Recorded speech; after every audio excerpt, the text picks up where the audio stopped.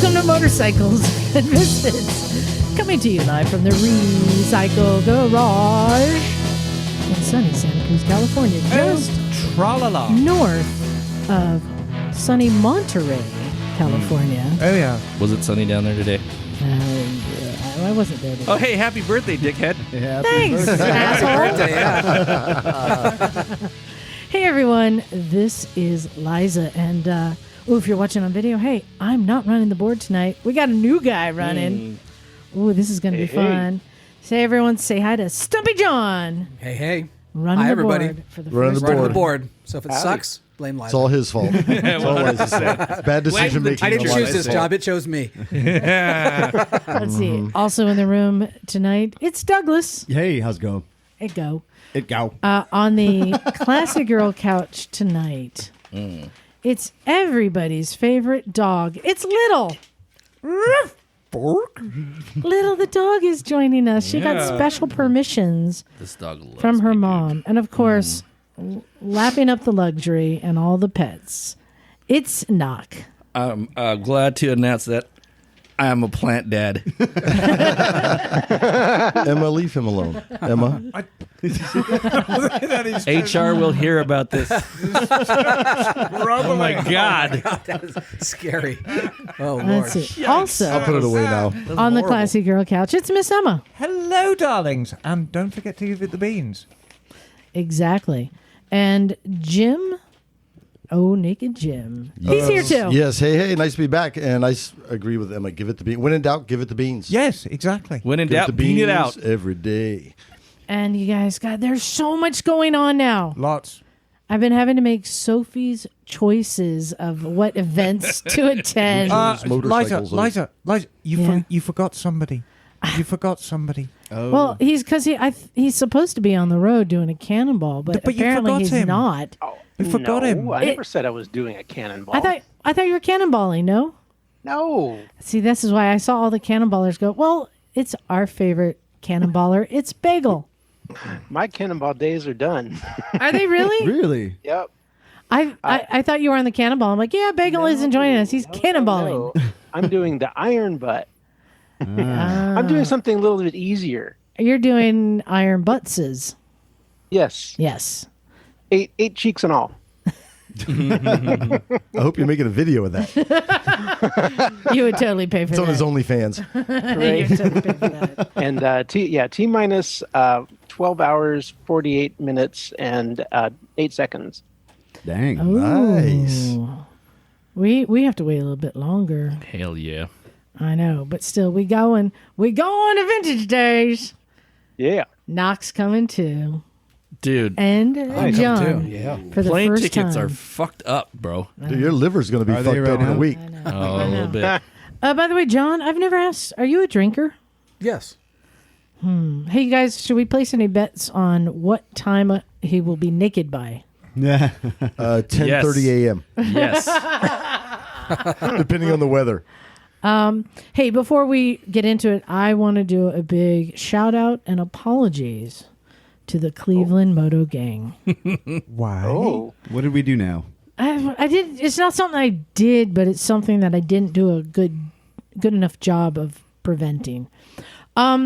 If you are coming out to AMA Vintage Days, I'm going to be there doing the Rev Sisters Film Festival in the AMA tent all weekend. But on Saturday at 2 p.m., we're doing a podcast recording, which Knock just found out about, with the Cleveland Moto guys. And I kept telling the AMA guys when I was setting it all up that it's the Cleveland Moto / Motorcycles and Misfits podcast. Okay. Uh-huh. Unfortunately, in the printed schedule, it's just Motorcycles and Misfits podcast. Boo. I felt horrible about that. That's the story you're going with? Well, yeah, because, hey, I want to give full credit because Phil is the one who introduced us to it in the first place. Can we just wind Phil up and let him talk for 2 hours? Or are we sitting here? Pretty and much. slam Well, if we beers? don't have Emma there, there's no chance of us getting a word in. That's good. No, but they introduced us to AMA. They've been doing their podcast longer than we have. We've been fans ever since we started. They're way cooler than we are. They're cooler. And but- there are good friends, and there are our hosts at this event. Right. It's They still don't know anything about the top 10 bikes ever made. There might be some conversation about that, I think. Yeah, you think? Yeah.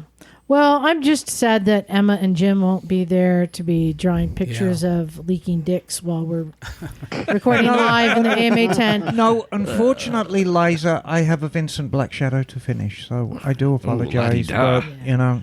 If you're going to have a reason, that's a pretty good one. Thank you, Bagel. Yeah. So we got a highfalutin type over here. again, just apologies to that mistake. Oh my god! And that is how I Soiled the monkey. Soiled. Soiled the It was monkey. the dog. You want to check your pants. Oh my god. All right. The dog just died. God, I think it enjoys it. It's a ghost of Bosley and that inhabited that dog. So You're a biological terrorist. So much going on. Yeah, next weekend's a big event. So yeah, as we said, Bagel is riding cross country, and we got us going out to AMA Vintage Days. Right. But these last 2 weekends have been also chock full of stuff. Chock-o-block. This in weekend was the IMS show up in Sonoma, which none of us went to, that I know of. But there were so many people there that we know that I always look forward to seeing, like Long Haul Paul and just so many people. And the IMS always, they always put on a really good show. Well, Josh went. oh, did he? Yeah. I'm sure there were people in We attendance. were just talking about it last night. But I love that they put it out at the Sonoma Raceway, where it's all outdoors and like everyone just set up exhibitor tents and stuff. They found a way to make it COVID safer, Okay. which is really cool. But I spent the last 2 weekends at Laguna Seca, Laguna Seca. having so much fun. Weekend before Yes. at Moto America, cool Right. races, and then this weekend. Well, can I talk about what I was doing last weekend, which is why I wasn't on the podcast? Yes, you can. Thank you. My very, very dear friend Mike McCarthy, who is also a misfit in every way, shape, or form, got married. Yeah. So, well Yay. Congratulations. done. Yeah, well done, Michael. Oh, I thought you were about to talk about how he blasted his leg open. Well, he did that too. Ooh, yeah. So, there was quite a few injuries actually at the wedding because Mike, of course, was hobbling around on his crutch. Wait, weddings occurred at the injuries occurred at the wedding? No, but there were injuries present Was at it the wedding. some really there were wicked karaoke? What happened? pre-injured people at the wedding. You know, but no, I had a wonderful time. So thank you. Congratulations, Mike. Yeah, Yeah, congratulations. well done, Mike. Yeah. Congrats. So a bunch of us went down to Laguna Seca again this week. And you were at Moto America last weekend too, I was right, there Douglas? on Sunday, yeah. I went with You want to Charlie. give that report? Sure. Yeah. It was fun. Okay, good. Perfect. Well, that ties yeah, in perfectly with our report from yesterday. I It was fun. rode down with Charlie, Yeah. and the ride down there was cool. We got drizzled on, which was kind of weird, but it's also Monterey. We got there when the 600s were out, and just that feeling of riding into Laguna Seca after not being to a race for so long and hearing the sounds and yeah, it was so cool. I was getting goosebumps just riding in, you know. Smelling the race gas. Yeah, so we got there when the 600s were out, and that was a cool race. And we got free parking because we're on the bikes and didn't have to walk far at all. And it was the crowd. It was crowded, you know, but and nobody was wearing a mask, of course. But yeah, we posted up on turn 3 right in front of the Jumbotron. Yeah, that's for a good Oh, with the spot. a picnic couple tables hours. there. We were waiting for Yeah. Jeremy and his girlfriend and a couple other friends. And yeah, we got to we watched the baggers there. That was pretty cool. It's absolutely ridiculous. The king of the baggers. Excuse me. It's just scraping tailpipes and all kinds of shit. And so I wanted to say shout out to Alex, who's a listener. We bumped into Alex, and also Bill. Bumped into a couple listeners, and like I ran into Alex the first few minutes we were there, and we walked up to him, and he had a Motorcycles and Misfits shirt on. And Charlie and I walk up to him. We're like, "Hey, it's Doug and Charlie from the podcast," and we got our vampires vests on and shit. And he starts putting two together, and he starts getting all stuttery. It was so cute. I was like, "Are you a listener?" He's like, "Yeah." I'm like, I listen occasionally, like every week. So, super cool guy. We shot the shit for about 5 minutes and went about our day. But yeah, just shout out to the listeners. Thank you so much for listening. The rest of the day was cool. We went and posted up the Corkscrew, and the view from up there is amazing. And then you got the noise right behind you, and you can see majority of the track. And we wanted to do the go-karts, but I think we missed it by about half an hour. So they had go-karts, yeah. Set up in the parking lot. Yeah. In the parking lot. Yeah, just nice. a short course, nothing crazy, but we wanted to do that and we missed it. But they had a wall of death was there, Oh, cool. Interesting. and That's always awesome. They had an inflatable ramp. They were doing motocross Jumps. Yeah, I love that and inflatable ramp. Is yeah, so cool. And so we're up on top by the Corkscrew, looking down over the track, and we saw all of a sudden we seen bikes doing like double backflips and shit. That's cool. Like, you can see it No down hand, there. yeah. No, the races were amazing. It was just so good to be back in that type of environment and being with friends and being able to. Yeah. Yeah, somebody was saying, I didn't realize there was such a variety of bikes, like the hooligan racing and the all that. I super thought it hooligan. was just like big twins Oh, and yeah. stuff like that, but it was all sorts of stuff, huh? No, and there was a lot of action too. The races were great. Lots of position changes and coming down that last 30 seconds of the lap, and then there's finally a pass right before the checkered flag, and it was cool. Dramatic. Yes, it that was dramatic. in the Super Hooligan. That was in the That Super- was yeah, amazing. yeah. That was the two KTMs just clearly taking the lead. I love that they had all those different bikes. It's a great finish, too, because it's a long straightaway. They come really fast out of that turn 12 or 13. Yeah. last Under turn, that left- bridge there. Yeah, that last left-hander, and then they just, wow. Yeah, and they're just like pulled away from the rest of the pack, and it's just battle for first and second. And you can tell when they come around turn 1, turn 2, you're like, okay, yeah, there it is. And you can't even see what numbers are on the bike because you're so far away, but you know that they're in first and second. Yeah. Well, this weekend we went back there for the ARMA races, which stand for, Emma? American Historic Motorcycle Racing Association. There it is. And talk about a little bit of everything, Jim. Yeah, it was awesome. Oh, my gosh. You have vintage bikes from there were like CB160s out there. Oh, no, way before then. There was the What's- earliest bike I saw actually on the track being ridden in anger were... There was an Indian, a Norton, and it may have been a Harley, but it may have been another Indian from the 1940s. I was referring to engine size. I think CB160s Oh, in were terms like of small, yeah, smallest, the twins, the little 160 little ones. twins, all the way up. Up to Super bikes. super bikes, Oh, yeah, sidecars. sidecars. Oh God, the sidecars are so cool. The variety condensed in one small area was just amazing. And I wasn't at the super bikes. I don't know how crowded it was, but I know for the ARMA, it was not crowded at all. No. And Laguna is so accessible. We were able to walk through the paddock, go through the actual garages. But one of my favorite parts is just you can stand right where the bikes come onto the track from the pits. Yeah. And, in one race, there had to have been 30 or 35 motorcycles, 4 different classes in one race on the grid. So at one time, you got to see like 35 motorcycles from spanning probably, 70 years, all different types of models just go all at once. It was crazy. Oh, not just all different types of models. How old was the oldest racer out there? Oh God, I think he was 80. Wow. I mean, Dave Roper was out Yeah. there. A lot of old guys racing. And make no mistake, they're not riding around like old people. They are competing. And the bikes just look so sketchy. Those little 125 and 150 wow. race bikes, tiny tires. You even had Yuri Berrigan out there. on his Yuri was Kramer. out there. he was And ripping. Yuri was out there. dear Nice. Yuri, he did so well, He but was you could ripping. see his frustration.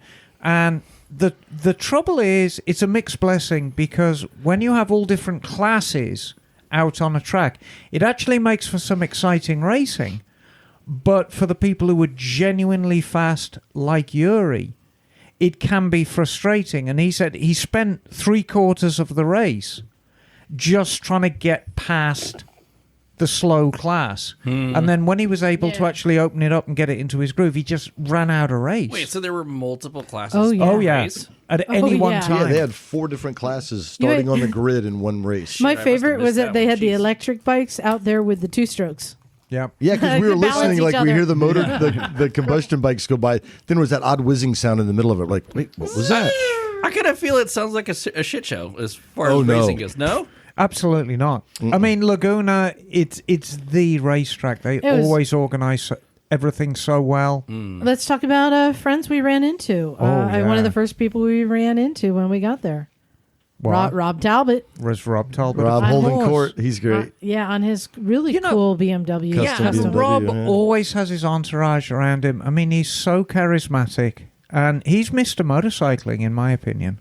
He really is. He's a good guy. He's Like very, Rob. very generous with his time. He remembers Yeah. people's name. Right. He took a what model by R100? What was that? That was an R107.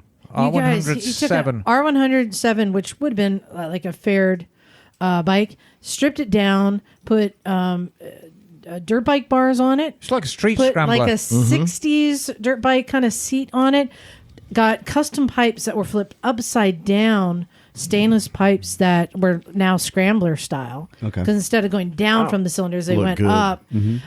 All painted nice, and it looked like his version of a 60s kind of enduro. Right. Yeah, totally. It was just really sweet. It was his own style. It looked great. Something you could ride through the countryside and have a picnic and a bottle of wine. Josh Hayes was there racing, Yeah. and we got to go say hi to Josh he Hayes. was fast. Quick. What was he riding? The 600? No. No, some kind of what was he He racing? he was riding the Yamaha Superbike. Oh, he was okay. on. He was in the Superbike class from. Oh God.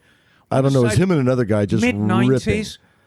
Yeah. Big air-cooled four-cylinder Yamahas. And my God, those things were flying. We were at the start-finish straightaway, and we'd watch them. We could see the corkscrew from where we were standing, so we could see when they were coming. And then you look down the straightaway, and there's that big long left-hander that leads into the straightaway. And then you could hear the bikes coming, and they were screaming because they were probably going twice as fast as a lot of the Right. bikes out there. And then you see Josh Hayes just probably riding a wheelie, not a big one, but a foot off the ground for probably 200 yards as they're Yeah. coming down the straightaway. Yeah, just powering it on. And then Demon laid on the brakes coming into that sketchy first turn. And you That know, was fun. I've got to be honest with you. Actually, Jim was with me when we were standing at the paddock, and there were all these bikes coming out, and I was actually getting quite emotional about You it did. because it was just like TZ. sensory overload. Well, I got a And- whole new appreciation for British bikes after actually hearing and watching them race. When you see a Norton being really used around the track, and of course it's not Yeah. the fastest bike out there, but dear God, they sound good. Nothing sounds like it. And New York City Norton, they did such a good job of race preparing. And they those sounded bikes. just as good in the dirt. Yes. The motocross, the British bikes sounded just tough. Oh, you were into those BSA singles. They sounded, yeah, that was cool. But it was great. Can I talk about my favorite part, though? Yes, of course. Was it the hot dog in the? Of course, it's food It's the related. meat on the stick. No. This was even cooler. Knock, you missed it. Yeah. So we heard that they were adding motocross. Yes. And I was there last weekend. I'm like, where are they doing this? I couldn't figure it out. Yeah. So I had to get in one of the golf carts that take you around and go, can you take me to Yeah. motocross? We had Because no I had no idea. idea where it was. And they took me outside of the track because the track is in like a bowl. They took me outside and up and over a hill and down into another little dip. It's like the overflow parking lawn, Amazing. like way beyond Yeah. on the edge of the property. Yeah. And it was perfect because it had like just a big dip, but it had like oak trees and they just strung up a track with string and hay bales. So there weren't jumps or anything. So this is like vintage. I mean, it was vintage. It's enduro-ish or something. Basically, it's like Yeah. one of those rolling hillsides in Salinas, the dry hillside, and a Yeah. farmer just took his tractor with a disc plow and just did a little curvy track up and down Yeah. through the hills. That's It's chill. exactly what it was. And you could That's just sit up It at was the cool. top of the hill, right on the edge of the track. Like we were getting sprayed with dirt, Hell yeah. and just look down and see the whole track. And I was in heaven because you're sitting there kind of on the top of this hill, the wind hitting you, but you're in the sun. What a shitload of dirt. A shitload of dirt. We had to move. And smelling and hearing two strokes being throttled. Some people were good riders, some weren't. Just all the A lot different of bikes. old guys that you're like, how the heck are you doing that? Then they get on the bike and it's like they're young again. And you said like it was so on any Sunday because by the Yeah. end, the dirt there is just this super sandy loam and almost silty. And by the time we left, there were these furrows basically in the turns no joke, like 1.5 feet deep, and guys are just like womping through them on these old bikes. Like it wasn't like modern motocross at all. It was like us going out there with football helmets on. It was awesome. Yeah, exactly. I did. I said, dudes, you're going to walk into on any Sunday. Yeah. It was that cool. In fact, this will tie in. I saw a guy there wearing a Penton shirt, like people in there like vintage track gear. He's wearing a Penton shirt. I'm like, dude, you ride a Penton? He goes, yeah, and just started chatting with him. I said, I'm going to be with the Pentons next week. What? Yeah. So Onak, name I don't know dropping. if you know this. So I'm doing the film festival. This is a big announcement. Yeah. And I'm going to say officially, it's not locked in, but I'm pretty sure it's happening. Next weekend at AMA Vintage Days on Sunday morning at 9:15, I am playing the Penton movie. Jim, you've seen it. It's a great movie. Great movie.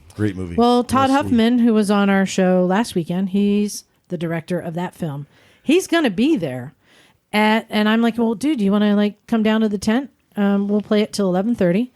And he says, yeah, I could bring the Pentons. I'm like, Nice. what? Hell yeah. John Penton is 96. Oh, that's awesome. It's still going. And his sons. And he's like, yeah, I'll bring him down to the tent. We can do a little Q&A / yeah. autograph session. That's I'm rad. like, That's amazing. yes. And we saw some Pentons racing. It was Yeah, great to and see I- the Pentons racing. And I tell you what, I mean, Pentons are a great example of engineering producing very, very good-looking bikes. I mean, from an engineering standpoint, Pentons were great. They were better than anything else at the time.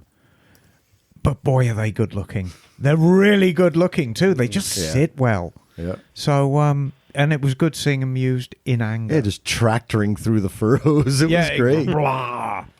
It was, the whole weekend was great. We ran into some listeners. That's right. Mr. Sauce. Mm-hmm. Yes, Huh? Mr. Sauce. That would be Alfredo. And, He's a white guy, right? Yes. and Sam. I Who came by actually the I couldn't garage? tell if he was Italian, Alfredo, or he was actually Irish, Alfred O'Sauce. But I think he was. Sure, I'm Alfred O'Sauce now. Somebody's been in the sauce. You guys don't laugh. It only encourages her.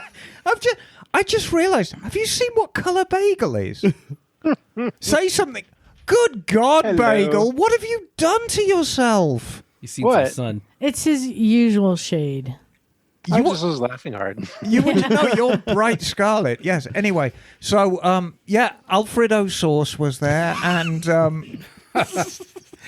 you sure it And was Sam. and Sam, who came by the garage today, who's a Yes. very, very good egg adventure rider. And who was that young man that we met with the Otis. Otis with his Yeah, he's lovely doing, little he bull did trials Yes. today. Yeah. And big shout out to Otis for giving me some sunscreen, for helping me Yes. not look like a lobster, because of course I didn't come prepared. No. Too bad nobody warned you. Yeah, you Brits lobster out pretty quickly. Yeah, we lobstered very quickly. And you guys, we went up to the top of the corkscrew Yep. when they had the sidecars going. Oh boy, wasn't that good? Oh, and my one of God. them went off the road on the into top of the the corkscrew gravel. Yeah, into the the gravel gravel on a sidecar, and I'm like, "Hang on, monkey, hang on!" That was just the beginning of the thing, though. So they're at the top of the corkscrew and just missed that left hander. Was it to the right of the corkscrew? Yeah, to the right, Yeah. and they just Yeah. bury in the gravel. So you're like, everybody's like, "Yay!" They and kind the of bike cheer. is kind of like spinning around. So then we're like, "Oh, they're pushing it out." Well, he actually gets it going downhill, but then he couldn't stop it. the monkey. So it's just no. plowing It starts downhill in going, the gravel. monkey's running behind, Oh, and no. he's like got one knee on, is just kind of being dragged down and steering it, and got it back off the track before anyone came and Holy back into the shit. gravel. He could have very easily spun out onto the track, Oh, but if it you've ever was seen one of scary. these contraptions, Wow. they don't look like the easiest thing to steer in no, gravel they And under this pressure. was not one of the more modern sidecar outfits. This was a very vintage BMW. Oh, shit. It looked Looked like- actually to me, it looked like it'd been used in the Battle of the Bulge. Yes, So, or Star Wars, the Yes, Star Wars. yeah. potentially Star Wars, but I think actually it was a husband and wife team. It was certainly a guy and a gal. But I'll say those Gixxer engines in those things. Well, were- you know, That's a thing. I was kind of educating Jim as Yes. to sound of the things, because sidecars are always entertaining, because you tend to they require more throttle input to get the things around. They're actually louder than the bikes, even though they're powered by bike engines. And it's a good example of you hear the different engines and you hear an R1 come through, not a cross-plane, just the standard R1. And what's that sound like?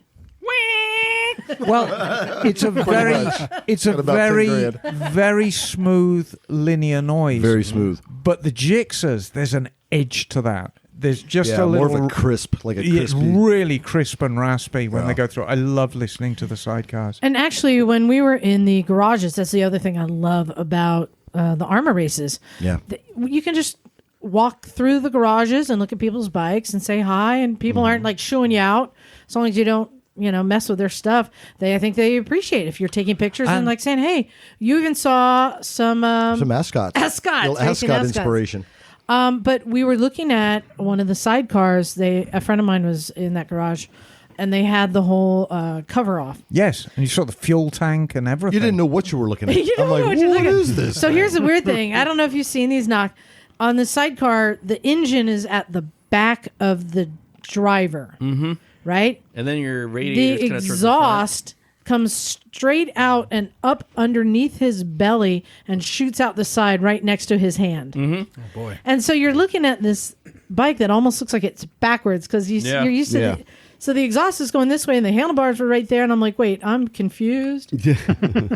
Crazy. I don't know how they But, see. it's like all... faces a foot off the ground. Yeah, it's all about weight distribution. And this is very, very special sidecar. This has got an aluminum, or as I would say, aluminium monocoque. So it's... Oh, my. Yes. It's got a cock, and there's only one of them. What do you call... Knox trying to see the... No. So, now, Bagel, what do you call a parrot who only has one wing? I don't know. What do you call a parrot with one wing? A monopoly.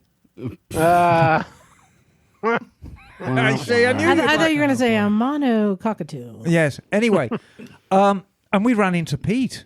Oh, I was going to say Pistol Pete. Pistol Oh, Pete, really? who offered me a job as his monkey there and then, but I think there might have been other benefits attached to that, which I wasn't entirely comfortable with. But we got a lovely picture of me and Pete in the sidecar, and you gave it a try as well, didn't you? I did. Not Pete, the sidecar. By the time I was wedged in that sidecar, in the rather compromising position, I was nervous Pete might creep up on me on that. So, But you really understand that you're presented with this thing, and they're quite large. But when you actually kind of squat yourself down in there is just no room to move. And then it's quite So much power. All claustrophobic that, actually being inside one. And all the moving room is for the monkey. yes, exactly. It's all about getting that monkey moving about. Hang on, monkey. we saw that poor bastard go over the rumble strips for about 50 yards. Oh man! Ouch. And what did Liza yell? Hang on, monkey, hang on. I had It was fun. funny, though. We saw all sorts of people up at the corkscrew for the sidecar races because everybody wanted to see Right. them. Oh, yeah. It was well worth it. Apes go fast. But what a great weekend. I wanted to thank Arma for putting on a good event and Laguna Seca for hosting it and adding, we didn't even mention, there was a bike show and a swap meet added. And Oh wow! And Oh, as there was well a as some swap meet? motocross. Yeah. Exactly. Yeah. And How many motocross. my how many favorite. parts were abandoned after they left? Yeah, I Because wonder. it was like AMA vintage days where Yeah. there's just a bunch of metal Just like recyclers. there was a $5 Shit. everywhere. It Gaskets and hose really- clamps and It pipes. really had an almost like a mini vintage days feel about it. And it was the first year, so I think it's going to get bigger from this point forward. I mean, Yeah. it's going to require a little bit of forward thinking from Laguna Seca and from Arma themselves. But I really think it's a brilliant event. Next time I want them to add a hill climb going up to the corkscrew. Yes. Yeah, that'd be nice. And, Hell yeah. some better parking would be okay. No, I'm kidding. It's funny. Oh, actually, should we even say about our parking situation? So, Jim and I were on comms going down there, and I'm like, all right, they offered on when you're buying your tickets that you could buy the better parking so you can park in the pits, right? VIP parking. I said, Jim, I'm going to do the thing I do where you just kind of pull up and just point like you know And what you're smile doing. and wave and yeah. Yeah, we've gotten into so many places like that. So I got all of us. There's 5 of us, and I just pull up and he goes, "You got passes, wrist pass?" And I'm like, "No." And I pointed at my phone and pointed forward. Yeah, and I just kept, "Okay, go ahead." He's all waving and smiling. There go like 5 of us, and it's funny. So we go past the VIP parking, past the motorcycle parking, and we just kind of keep going in and in because that's kind of what we end up doing. And by the time we stopped, we're at the fence right in between where the bikes entered the racetrack and the podium. It was great. Nice. Like, and here's Amazing. looks like a good spot. Looks fun. Way. Yeah. Just act like you belong there. But Bagel, you've been prepping for your trip, and I heard Yes, I have. you went shopping. Well, I tried to go shopping yesterday, and I've been in need of a new helmet for a while. I wear through helmets pretty quickly because I do a lot of riding. And my last helmet, I think I got it in 2014 or 2015, and it's pretty beat up. And I've been kind of putting off getting a new helmet, which I was already thinking about doing before the pandemic started. But I just never got around to it. And I thought, well, let me go see if they have the helmet I'm looking for. I'm just And curious. called- You only have like one helmet at a time? Yeah, I have like 5 active helmets at a Oh. time. I only have one street helmet. It's because you're insane, Well, Isaac. I like what I like. So Okay. so I called the dealership to see if they had my size and the style I was looking for in stock. And lo and behold, they said they did. They had an XL and they could hold it for me. And I said, great, I'll come up, and kind of rearranged some plans. And I had to go up to Portland, which is about a 2-hour trip for me. But I figured it's worth it to get a nice new helmet for my big ride that I'm coming up with for next week. And got up there and took a look at the helmet, and I was like, well, that's weird. This helmet says it's a size 63 European when my old helmet says it's a size 61 European. And then I took another look, and I saw that it wasn't an XL, it was an XXL. And I said, For the big hey, brain moves. I thought you guys said you had an XL for me. And this is an XXL. And they looked and they said, oh, we must have made a mistake. And I said, Boo. Oh, bummer. man. So, and this was in the high vis color that I like. And unfortunately, they did not have a high vis yellow XL. So, kind of grumbled a bit. They offered me $100 off another one, with the same model in a different color. So I looked around, found one that was white, that was the same size, and I figured, well, $100 off, sure, I'll do it. And while I was kind of checking out the helmet, I took a look at the label inside, and it has sort of this label with the manufacture date on it. And the manufacture date was 2016. What? Wow. Yeah. Whoa. And I said, whoa, hang on, hang on. No. This is a 5-year-old helmet that you're trying to sell to me for full markup minus $100. But that $100 off was for not getting, for the mistake that they made not getting the right color. Right. That's This bullshit. helmet is well, onto its, well towards its end of life. I mean, at least halfway. So, just from sitting on the shelf, because styrofoam Sure. degrades over time. Yep. So, I sat there for a minute and I was like, I really would like to have a nice new helmet for my ride. And granted, this is newer than my current helmet by about 2 years, maybe. But I just did not feel that was worth paying that price for a helmet that was, had half of its life gone just sitting on the shelf. Yeah. No, that's not right. Right. And I can imagine that there may be some shops that have not been able to move products as fast during the pandemic, and there may be some older stock that's sitting on the shelves. But this is 5 years old. Right. I don't know that it's And- pandemic related. I think No, it's that's- everyone buys it was, online. It was old. related. It was old this time last year. Well, that's part of it too, I'm sure. But if that's the case, then if they're selling these helmets at full markup, and obviously that's driving people online, so they're not selling in the stores. But then you're left with the stock in the stores, that's way out of date.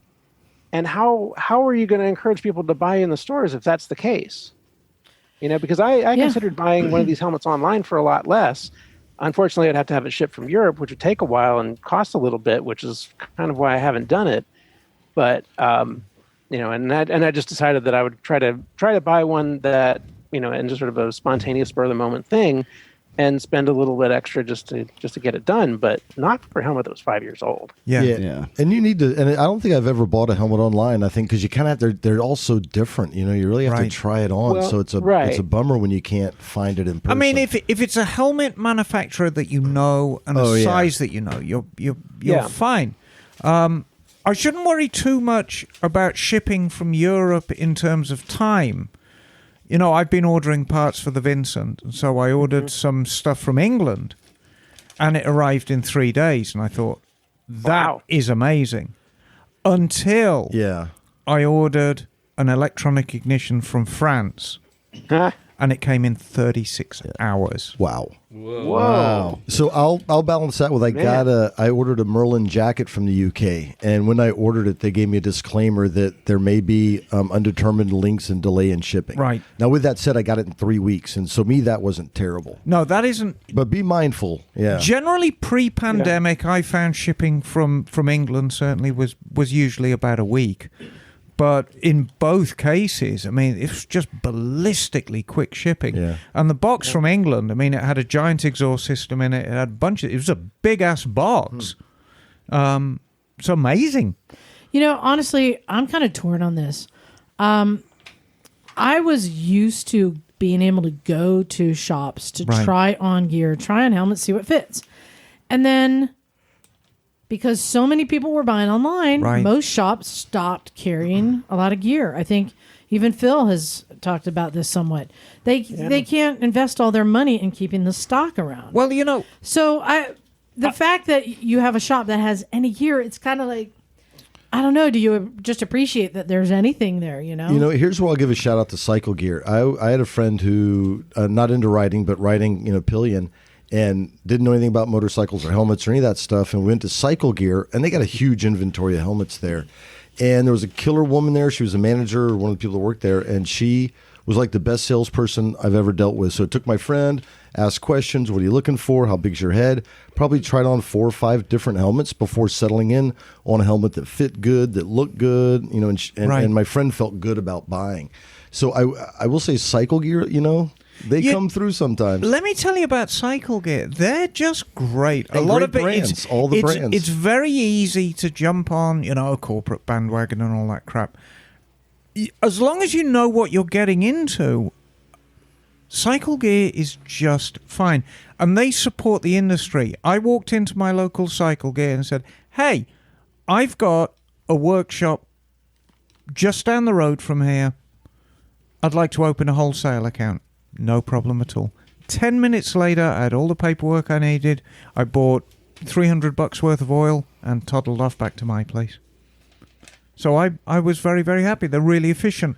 But the saddest irony about your problem, Bagel, it's the more expensive, it's the more exclusive helmets that are going to be more susceptible to this than the cheaper ones, because the cheaper ones, the built helmets, the HJCs, the flying off the shelves, the LS2s, they fly off the shelves quickly because you're just starting off motorcycling. You want a $100 helmet, and I love my HJC helmet. Thank you very much. I had that was my first helmet too, HJC. They make good shit, actually. I mean, I think that's my fourth helmet. I tell you what, I love my LS2. I mean, I know it's Chinese-built helmet, but it's beautifully done. It's super comfortable. It's quiet.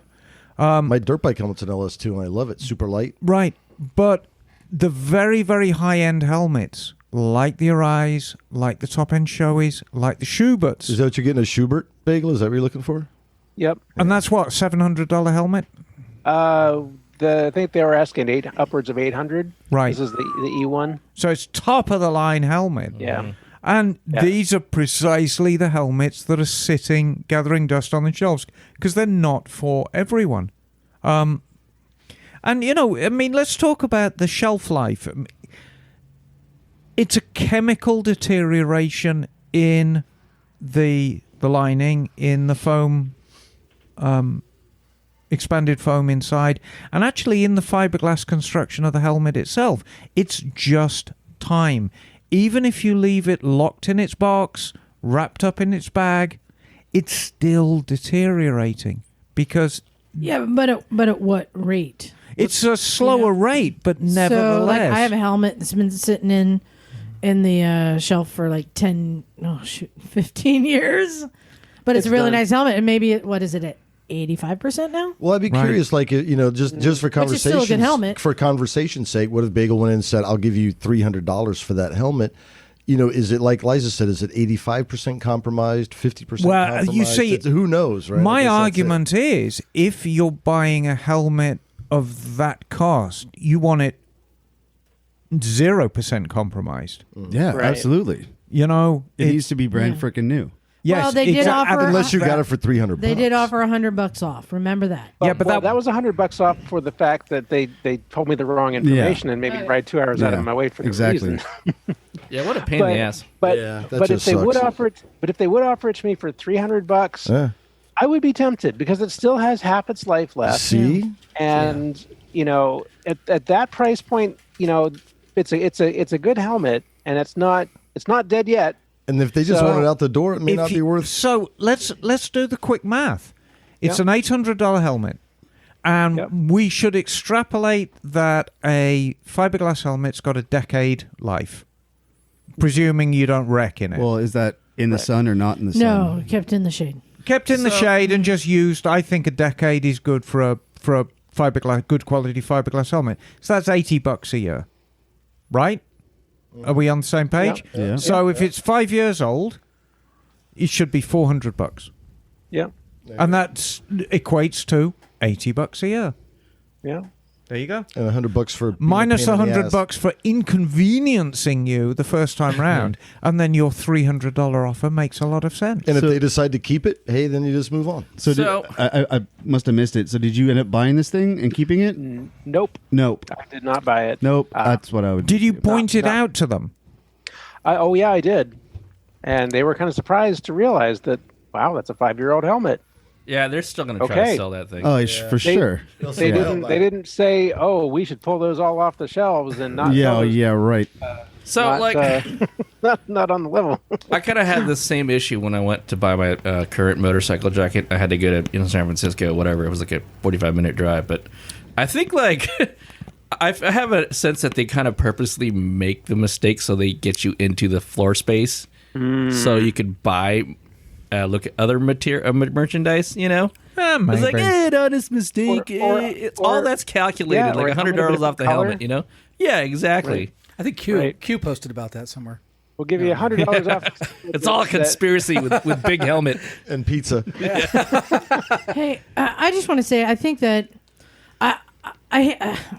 the industry is changing so much. Yes. Shops can't afford to keep gear in like they used to. Yeah. And I want to say, like, I don't want to harp on shops who can't sell as much, who may have old gear. I think I'd rather say, hey, if you go into a shop that has gear, tell them thank you, and then also double check the date. Right. Jim, Yeah. I just have to say, your phone is illuminating your Your balls crotch is right glowing. now. But It's Very radioactive. distracting. you know, as Radioactive.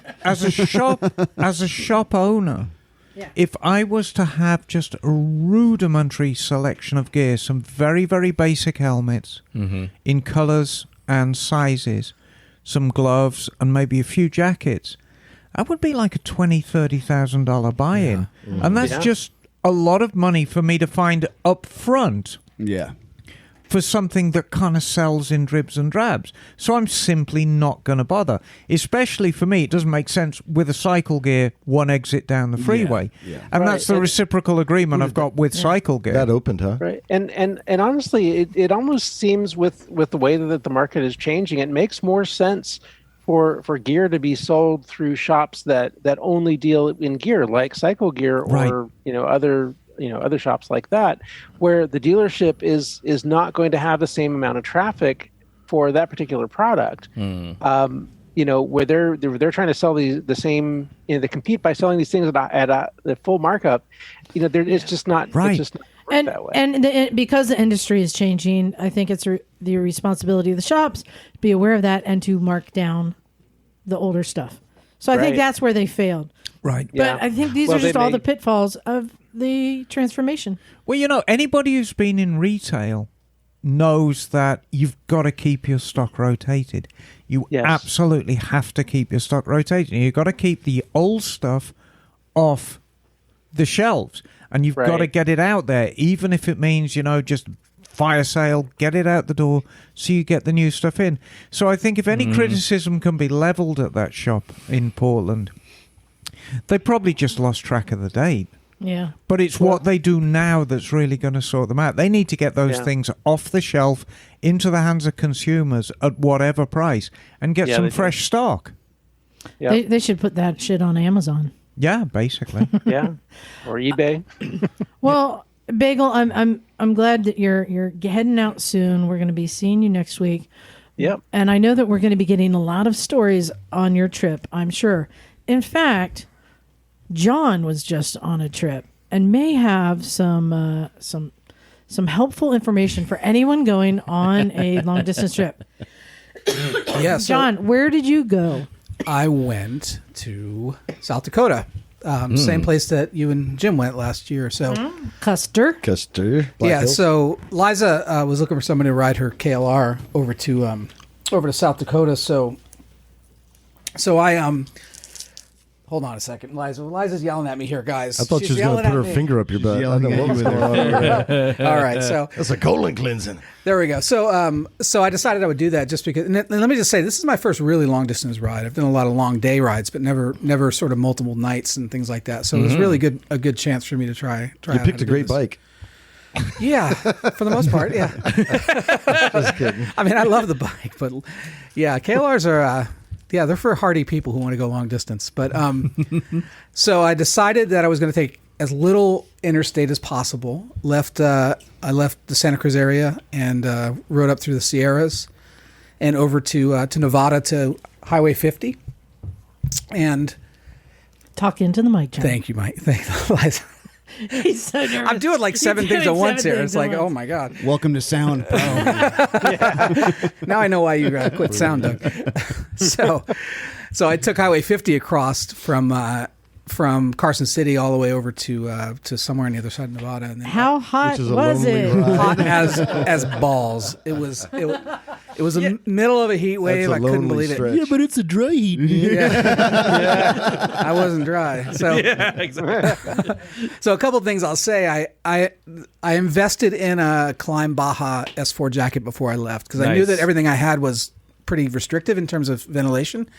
That was a lifesaver. So if you're going to do anything like this in the West, you got to have the right gear, especially if you're crossing desert like that, because it's yeah. it was insane. And I also picked up one of the was it Venom undergarments, top and bottom, which is moisture wicking and such. So I firmly believe those two pieces saved the trip for me because it was brutal. I mean, it was super hot. Well, it's Yeah. unrelenting. I mean, the asphalt's probably 130 Yeah. degrees. Yeah, so Easily. it was, and it's no joke. So I mean, stopping regularly was super important for me. So every 100 miles. And I'm just curious, what mods did you make to the bike before you left? Because it had I'm going to the stop you there. I'm going to stop you there. So, John, as a certified used vehicle from Mototown, Yes, how did the bike itself do? the bike was incredible. There you go. That's all I needed to know. Okay, carry on, Liza. Certified. the it's bike, bona fide. It was incredible when I got it. I'll say that. the bike had the short stock windshield, so no touring windshield. Yep. And it just had some Pelican cases on the side, and some dual sport tires, but not really knobby, mostly street, but just a basic good runner with Yeah. a stock seat. So you wanted to make some modifications for the trip. I know I gave you my Airhawk seat, Yeah. So which you didn't use. no, they call me Stumpy for a good reason.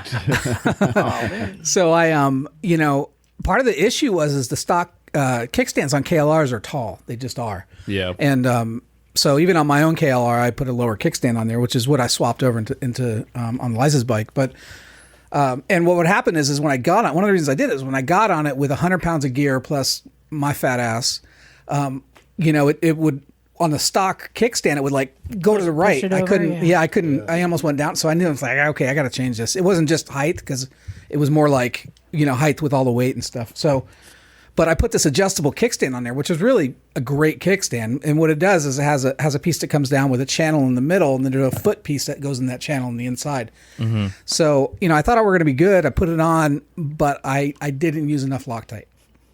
Oh no! And like I put on Facebook, it's like, man, KLR's Loctite is your best friend. It really is. So big so single. Tight and duct tape. in the middle of like nowhere in Nevada, at this little town, I got off to take a break, and I hop off and I lean it down, and I lean it and I lean it and I lean it, and it kept leaning. Oh no! So I'm like, shit, what am I gonna do? So I went and I grabbed a rock and I put it underneath there, and just I thought you were just going to keep riding. I would have, but it was so freaking hot. I had to stop. So, so eventually, what I ended up doing was stopping at a. I did one bad repair, and then I stopped in the middle of Wyoming, and it was real cool because there's 2 other bikers there, and they saw that I was kind of fiddling around with it. So these 3 bikers were really helpful, Harley guys too. So shout out to Harley guys. And what I ended up doing is taking a couple pieces of channel and taping them together, sliding them up in that groove. Mm-hmm. Yeah, and then put 4 hose clamps on it. Yeah. And then wrapped it again with duct tape. A lot of duct tape. duct tape. Duct tape's good. Yeah. Bagel, can you see this on the camera at all? Hello. Yeah. Yeah, a lot of duct tape. So it was a on your kickstand. it's a peg leg is what it is. It's a peg leg for a And the KLR. bike got a new name. The name is Peg for the bike. So, and also what I got was, the truckers use those bars that go across the cargo that you kind of lock in. Pickup trucks have them too. Yeah. So stuff doesn't slide around. So Yeah.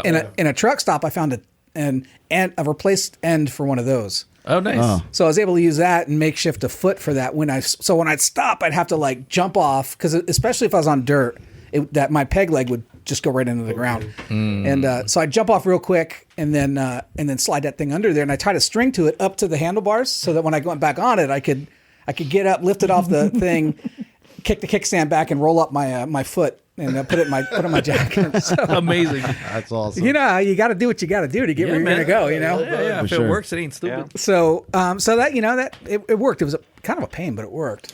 What were some of the highlights that you visited? So I will say, well, the first great highlight, thanks to Liza and Jim, is stopping in Twin Falls at the Evel Knievel ramp. Yeah. So if you haven't heard, the Evel Knievel ramp is where he did the sky cycle jump over the Snake River Canyon. There's a memorial that's shaped like a ramp over there. No, it's the ramp. It's Oh, the the ramp. ramp. It's the literal ramp. Yeah. So remember, he was on the I think sky there's- cycle that was bolted. So that it was a dirt ramp with concrete pads on it, and it was okay. bolted onto that. Okay. So Yeah, the there- rocket looked like it was an But empty the- toilet paper roll with like a fucking bottle rocket. But the in it. ramp and the concrete pads. I are feel still like there. they're like one memorial plaque away from littering. They're just like, if you put the plaque on there, it's not It's littering. not littering. Yeah. Like, we don't actually want to move this thing. Let's just put a plaque But on it's- it. Yeah, exactly. The ramp's probably 100 vertical feet high by the Oh, time it's you get high. to the Yeah, that's pretty ocean. high. and you're Yeah. looking down over the beautiful. rim of the Yeah. canyon. That's wild.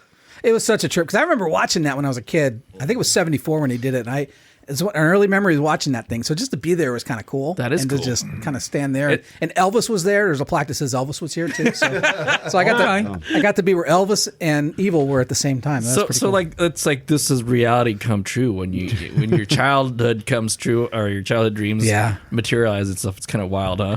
it was so cool. Yeah. It was so cool being there. So Except you didn't ride up. no, Liza. I did.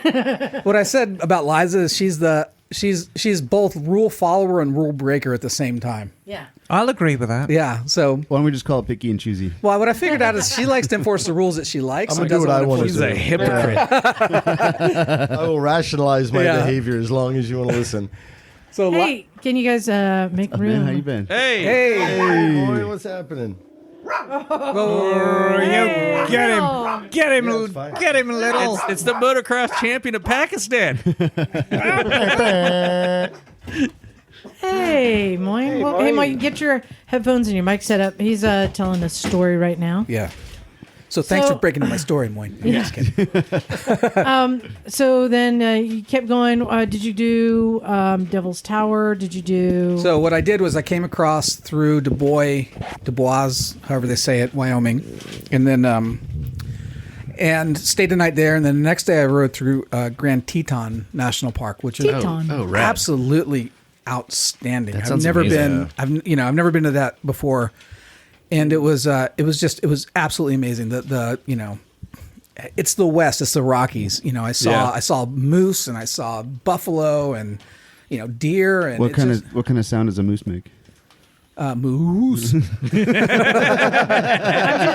just curious. Did you see moose 100%. and squirrel? No, I looked No. for Rocky. I didn't hurt her. What did you do to I that did poor not dog? hurt her. I picked her Liza. up. ASPCA I hotline. picked her She up. was much happier with Knock. I know. Yeah, you're not the Go to dog your whisperer. favorite. You're a dog shouter. Yeah. Come along, little. There we go. It's big country out there, though, man. You get to Oh, Wyoming so and that, amazing. it is big country. So then I stayed a night in Du Bois, and then up in Bighorn National Park. So Second National Park was just incredible. Again, at about 12,000 feet, the weather was finally cool again. I was super happy about that. And just amazing, just an amazing area to be in. And the next day I made it into South Dakota. Nice. Now, South Dakota, it is, again, I keep using these superlatives, but it kind of really is. I mean, those of you who've been there, you know this. It's the Black Hills. I don't know that there's, arguably, that's one of the best riding areas in the country. Yeah, it's and, magical. Yeah. and we live in a great riding area. Yeah. Now you see why I sent a bike to live up Right. there Oh, for me. yeah. But of course, the big difference is our riding season here is arguably 12 months. It is, yeah. It ain't up there. No. No. Yeah, but we also don't have over 3,000 miles of dirt road in our backyard. What little dirt we have is Yeah, locked exactly. off by the government or Right. rich Yep. people, So Iron Mountain Road is one of the main roads there. That's that according to folks I've talked to, rivals the Dragon's Tail in Tail of Dragon in North Carolina. Just beautiful. You go up the hills, you go up elevation, up and down, and then eventually you get into these tunnels where you can see Mount Rushmore through the tunnel. Yeah, that's cool. Oh, cool. There's a reason why they have Sturgis Bike Fest out there. Well, yeah, and up that There's way- so many great rides. You got Spearfish Canyon in the north where it's wet and green. There's a bunch of water. You get out to the western side of the Black Hills. It's dry and Needles Savannah Highway. Lake. Yeah. I mean the variety was. blew I didn't me make it away. into the Badlands. I'd love to go over there sometime. Yeah. And Too. shout out to Michelle Lamphere and the Chalet Motel. The in- chalet. The Chalet Custis, Motel South is Dakota. amazing. Is the Michelle is shit. a phenomenal host. Yeah. Everybody should go there and stay at her place. And Hell she had yeah. two a young couple that was helping her out for the summer. Daniela and Roberto from Chile. Amazing, and they rode KLRs twice from Chile all the way up through the U.S. 2 times, 2 up on KLR. So Rad. they're a lot tougher than I am. This is why I think I'm all big and bad. Like, yeah, I just rode from California. They're like, well, we rode from Chile. So, but the other thing that was funny for me was like I have never seen so many Harley trikes. And Oh, it is trikey. yeah, That's for sure. and what's the other Trikey. the KTM one No, the Can-Am. the Can-Am Oh, the Spider Spider. the Yeah. Spider. Spider. Yeah, the spider. Out here, we see them every once in a while, but I'm telling you, I saw hundreds of them there. I didn't know they made that many. So, so it feels like if you're going to go to over there and you're over 70, you need to have 3 wheels. That just feels like the rule. There are an awful lot of them. Well, we forget that a lot of people visit that area from the Midwest, like Minnesota, and places where it's just crazy flat. Yeah. And they It's just- flat and straight. So it makes more sense than in California. I mean, Yeah. where do you find a straight road in California? I-5, but that's about it. That's So, about it. what condition did you leave my bike in? Well, peg is pegged, so Yeah. we have Oh to fix my. that. That but, it has a name now. It's Peg. But other than that, I think it's ready. It's good to go. So another certified used bike from Mototown. Mototown. So you flew back after that? Or? That's Mototown. Yeah, that is Marina, Mototown. California. I just suggest next time, if you flew back, next time when you get there, just buy another motorcycle and ride it back. Hey, that's true. I can complete the journey there. Huh? Exactly right. Yeah, that's the Come way to full go. circle. So what a great time. So, go to Chalet Motel if you're there. I'm just going to keep shouting her out. I got because a think question it's for great. you. Yes. This is what I ask of everybody who goes on long trips. Yes. At what point did you go, holy shit, I'm doing this? I mean, this could be at the end of the trip, could be the beginning of the trip, midway through. What moment I made would you say realize? there was a section of the desert between where I was heading up to Wells, Nevada, where I stayed one night. Where you realized you could die. It was about 150 Why miles. am I doing Yeah, this? exactly. It was, and I'm like, Lord have mercy. Yeah. I was so bored. Yeah. It was just horrible. But hey, Right super on. fun, man. I had a great time, and I'm certainly going to do those kinds of rides again. And I do want to go ride those dirt roads over there because they look fabulous. And fish. Right on. Well, and thank you for making a budget repair That was a good bodge. to the bike to keep it functioning. I just wonder if that duct tape, scrap metal repair, if you could find that on Fix My Hog. I just say congratulations, John, on experiencing some new wild shit, doing motorcycle shit. Yeah, That's a long way, man. That's a long way to go. Yeah, it was a- Right. That's some real biker shit. Knock, you just stepped all over my segue I'm sorry. into my Is that what read smells? for. No, hey, you guys, our sponsor, Fix My Hog. Yeah, those guys, they're great. They and they are sponsor great. us, which makes them better still. And actually, last week I was telling you about how Davey the Marine was here with his Yes. Harley that had this horrible sound. We couldn't figure out what it was. He went on Fix My Hog to try and check all the bearings and stuff like that. Right. But I want to give a shout out. So, hey, does your clutch need adjustment? Have you been putting off installing those new handlebars because you're not about wiring? Not sure about wiring? Brake pads need changing? Well, Fix My Hog can help. So they have an amazing offer. Sign up for Fix My Hog. You guys want to take one guess what kind of bikes they specialize in? That would say be all Harley Cushman. Davidson's. Yes. Greaves, I was thinking, right? You can get a Yeah. premium Yeah. membership with this exclusive Motorcycles and Misfits deal. Get a full year of their premium membership for only $3. Wow. Great. Now, what is the normal Yes. retail price of that? I think it's $100 something around there, or $95 something like that. So basically, 95% off. 90, yeah. Where do you go to get So- a deal like that? Right here at So you go Fix to My Hog. go.fixmyhog.com/misfits. That's us. And take advantage of this great offer. The discount will be automatically applied at checkout. If you guys remember, they are an online community of passionate riders who are committed to mastering their wrenching skills. Premium membership will get you access to hundreds of full-length instructional videos led by master Harley-Davidson technicians. And they do know what they're doing. I know that. Their videos are focused on helping you develop new wrenching techniques and getting you inspired to complete new projects. So sign up for the Fix My Hog membership for only $3. There you go. You know what? $3 a year for a resource like that? Dude, Pretty it's- awesome. I mean, you can't even get a cup of amazing. coffee for $3. I tell you what I find the most remarkable out of all of this is that we still have people listening to this podcast who ride Harley Davidsons after years of Liza's trash talking. No, not just her. So remember, go.fixmyhog.com/misfits and get your membership. It's we put our stamp of approval on this. They know what they're doing there, and this is a great way to learn. It is the next wave of learning. It's cheaper than Ask Miss Emma on Patreon. Hey, man, you could get a college degree online, let alone fix a motorcycle. You know what I'm saying? You know what? Yeah. What happened to our last sponsor, a Moto Bandito?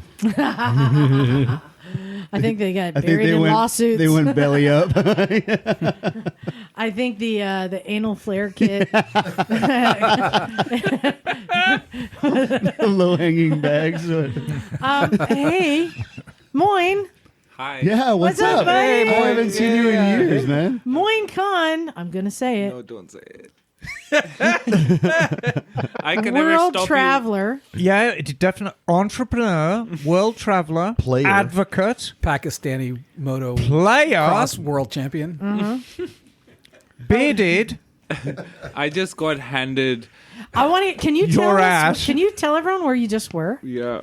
You guys, knock. You're about to shit your pants. Oh, good. Tell everyone where you just were. I was at this this compound called Swan Pound, and there are these motocross racers. One of them just won like 3 days ago the best trick at X Games. Oh, shit. Kobe Raha. He's because he was at X Games, he wasn't there today, but all his buddies are there. They built this crazy motocross track in the hills.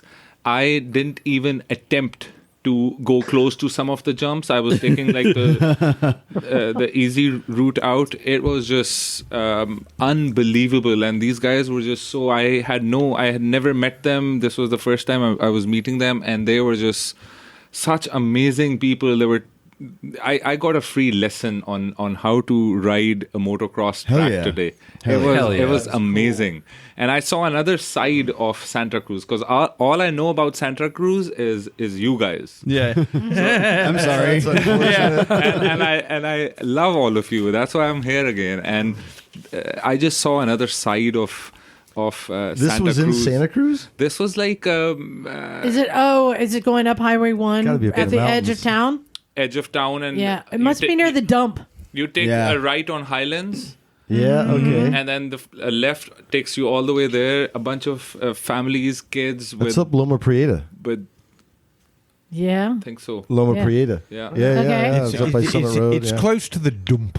No, it's not the dump. It's up by Summit Road, Loma Prieta. Oh. Up that direction. Well, that's where we were supposed to go riding today. But Yeah, like, Buzzards Lagoon. yeah, we were supposed to go ride Buzzards. It was barely 15 minutes from here. Wow. Fantastic. Wow. And Private land. Private land. They had Awesome. They had a small track for kids, and there were some kids riding little 65cc bikes and just a bunch of turns. And I just just visiting these places are like life changing for me. I'm gonna the track I have in Pakistan. My little nephew rides it, and it takes him about 10 minutes to do one lap. And after one lap, he's like on the he's floor. like- I don't want to ride anymore. So I think I'm gonna build a a bunch of yeah. turns, a bunch of big berms for him. So I have a question for you, Moin darling. What were you riding today? What were you riding? I was riding my a Yamaha 250. Yeah. That's right. And I remember a couple of weeks ago, you had Mototown's top mechanic working on that Here bike we with go. you. So how did that bike do for you today? Absolutely. When I was about to fly from Pakistan, I was like, I need to fix this bike. I'm only going there for a few weeks. I need to get this running. I haven't turned it on in like 3 years. And then I came here and met Emma. And literally, she, I think, gave like maybe 90 seconds to the bike, and then the bike kicked in the second try.